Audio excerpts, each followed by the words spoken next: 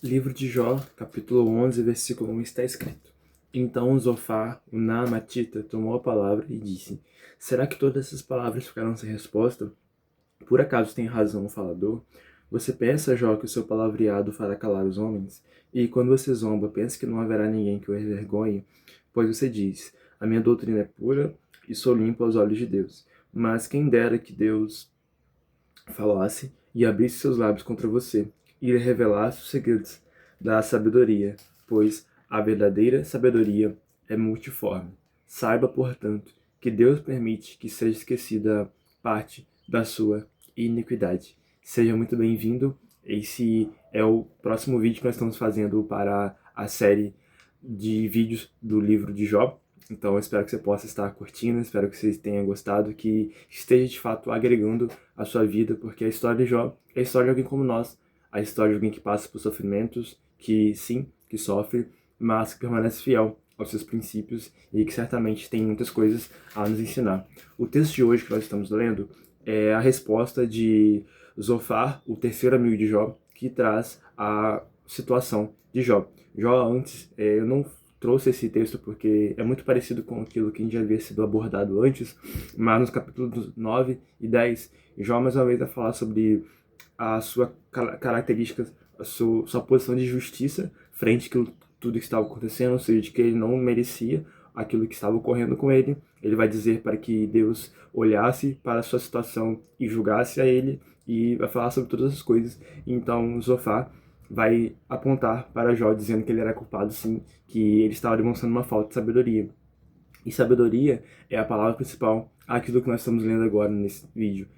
A sabedoria, como nós vemos para o povo hebreu, a sabedoria prática, é a sabedoria para o dia a dia, uma sabedoria cotidiana. E é isso que Zofar vai dizer aqui, não é mesmo? Porque a sabedoria, versículo 6, é multiforme. A verdadeira sabedoria é multiforme. E eu gosto dessa palavra porque multiforme tem a ver com algo que tem uma aparência de várias manifestações. Ou seja, é algo que não é simples de ser entendido. É algo de uma complexidade muito grande. E essa é a caracterização da sabedoria divina. Assim como o apóstolo Paulo também coloca que a graça do Senhor é multiforme graça de Deus, também a sua sabedoria se manifesta de várias formas. Ou seja, quando nós achamos que nós estamos dominando a sabedoria em uma área, é porque na verdade nós não estamos dominando ela por completo, porque existe algo a ser dominado ainda. Ou não era isso que Sócrates falava quando ele afirmava que só sabia que não sabia, porque a verdadeira sabedoria é multiforme e nela ela só é possível de ser encontrada quando nós estamos em relacionamento divino, um relacionamento em comunhão com Deus, porque é Ele que é o autor da sabedoria verdadeira e multiforme. Continuemos, versículo 7. Será que você pode desvendar os mistérios de Deus ou descobrir a perfeição do Todo-Poderoso? A sabedoria de Deus é mais elevada do que os céus. O que você poderá fazer? Ela é mais profunda do que o abismo. O que você poderá saber? A sua medida é mais longa do que a terra e mais larga do que o mar. Se ele passa, prende alguém e chama a juízo. Quem poderá impedir? Deus conhece os homens falsos e, sem esforço, vê a iniquidade. Mas os tolos se tornaram sábios quando a cria de uma jumenta selvagem nascer homem.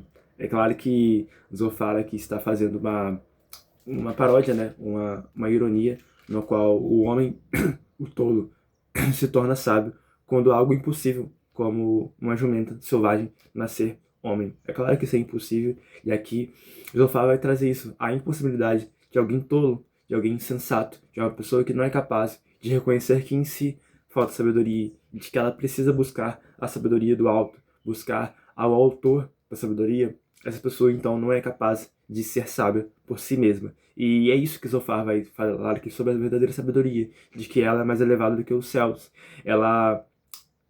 A sabedoria em pessoa é o próprio Deus, porque é Ele que revela-se a si mesmo. Os mistérios de Deus estão escondidos em Deus. E nós reconhecemos isso, nós aprendemos isso na revelação progressiva do autor bíblico, dos livros bíblicos, onde a sabedoria de Deus é Cristo. Cristo, nele estão escondidos todos os mistérios do conhecimento e da sabedoria humana, como o apóstolo Paulo escreve em Colossenses e também em Romanos, ou a profundidade da riqueza, da sabedoria e do conhecimento de Deus. Ou seja, gente, a verdadeira sabedoria, o Zofar estava falando isso aqui de forma tão antiga, mas assertiva, claro, inspirada pelo Espírito Santo, de que A verdadeira sabedoria, o verdadeiro saber, de fato, está oculto em Deus. E Jó, que estava procurando a sabedoria para entender o que ocorreu com ele, por que ele estava sofrendo tudo isso, não entenderia de fato isso se não antes buscasse a Deus. E é algo que eu com certeza estava fazendo, mas que ainda não tinha a resposta para todo o seu sofrimento.